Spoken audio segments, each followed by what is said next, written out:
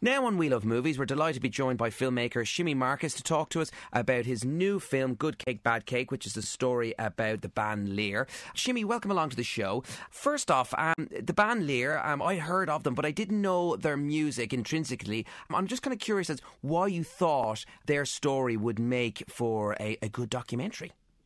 I think, like you say, it's about story. Like yourself, a lot of people weren't very familiar with their music or knew a lot about them. So I really felt that for it to stand up for audiences who didn't know them, it had to be a great story. And when I was researching it, I couldn't believe some of the stuff I was uncovering about the kind of trials and tribulations and all the mad stuff that was happening to them on the road. And the more digging I did, it turned into a detective story, and I thought, wow, this is going to look good on the big screen. Did you see the documentary Anvil, the story of Anvil? We were halfway through editing the Lear film when I went to see the Anvil story, yeah. Because looking at that, it was like a real-life version of Spinal Tap. And when I watched your film, I kind of thought, God, when I think of the film, it's almost like a real-life version of The Commitments, in the sense that, you've got this band, they've got this talent, obviously very different music, but they're just on the cusp of greatness. What should have been never really happened for them. Did you ever kind of think of it like that at all? Absolutely. I mean, I think the thing that I recognised about Lear's story was that I'd worked with an awful lot of bands as a lighting designer, and it seemed to be the story of almost every band. Mm-hmm. They're chasing that dream, and maybe the next song will do it for us, or the next album, or the next gig, someone will spot us at that. So it was kind of like it was a universal story of anyone who's had a dream and is trying to chase that dream. Whereas with the Anvil story, I kind of felt it was more like two old geezers who were trying to do it just one more time, because they did have a relative amount of success back in the day when they were playing to large crowds, and they did sell a couple of albums. Mm-hmm. They're a great comedy act, those two guys in Anvil, but Lear is a lot closer to the bone. It's a lot more bittersweet. It can be a little difficult to watch sometimes. It is heartbreaking in places, because these guys just would not give up on the dream, And did you find that when you were going to say the film board and looking for funding, was it an easy pitch? Or did you find that people are kind of going like, well, yeah, Lear, they may have been very talented, but for a new audience, are people really going to care? Well, that's why I had to sell them the angle of the story and not the band, because it's got to connect with audiences who don't know the band, or for that matter, may not even be huge fans of the music. It had to stand on the story. So when I went in to pitch it, which was originally just as a TV documentary, I went and I told them the whole story, the ups and downs. And at the end of it, they turned around and said, this can't be a 1 hour TV. This has to be a feature film.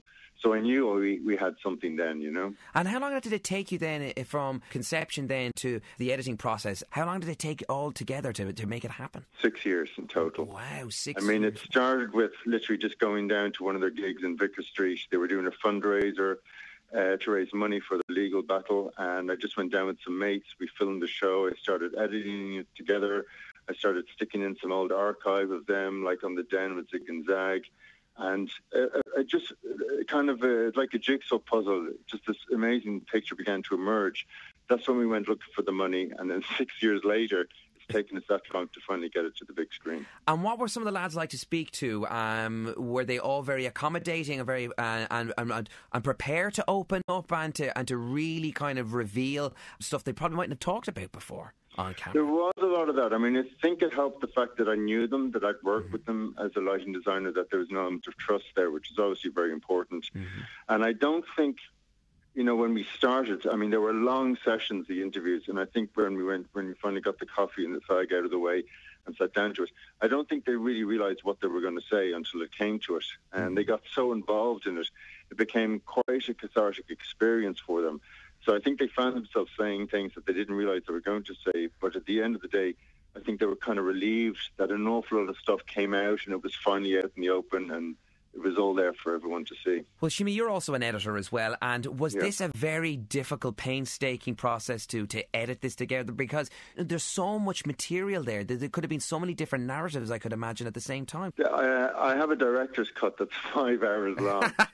and that was the challenge of how do you get all of this down to 90 minutes? Because there's extraordinary stories of them, doing these shows in Chennai, New York, and Jeff Buckley coming to support them and hanging out that just didn't even make it into the finished film.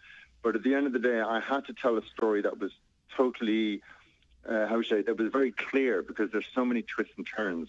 So I had to follow the story and make it as tight as possible and as understandable as possible to try and make headway of that kind of crazy business, that's the music industry.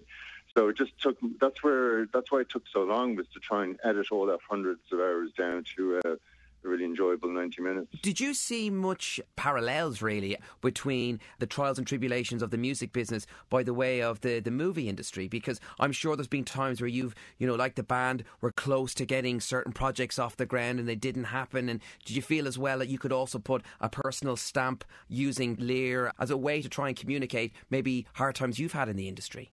God, you're very insightful, aren't you? Am I getting a bit too deep? You sound like my shrink there. I think if you want to make a good movie, you got to be honest and you got to put yourself in it. And I think when I started off making a film about Lear, I began to realize in the making of it that this was my story. Mm-hmm. It was every, poet's story, writer, sculptor, whatever your dream is.